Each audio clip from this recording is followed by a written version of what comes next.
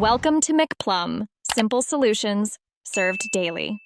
You begin by confirming host and guest prerequisites, VMware tools installed, matching virtual hardware compatibility, and a snapshot taken.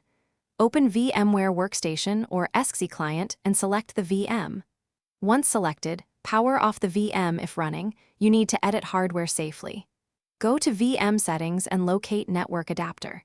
Choose the adapter type, bridged NAT, or host only, then click Remove if corrupt and add to recreate a clean virtual NIC.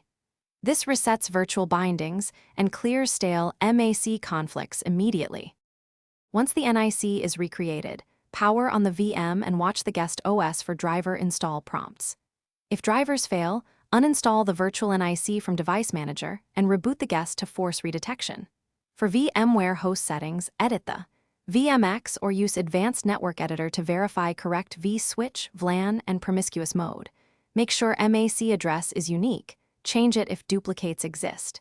If using NAT, restart the VMware NAT service on the host to refresh DHCP leases and NAT. Finally, confirm connectivity with ping and traceroute from the guest to the gateway and external sites.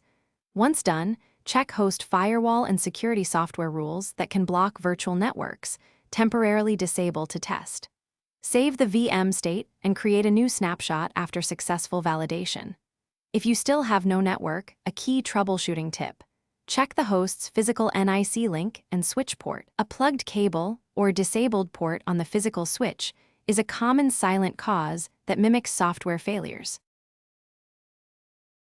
Thanks for watching. Stay juicy and subscribe.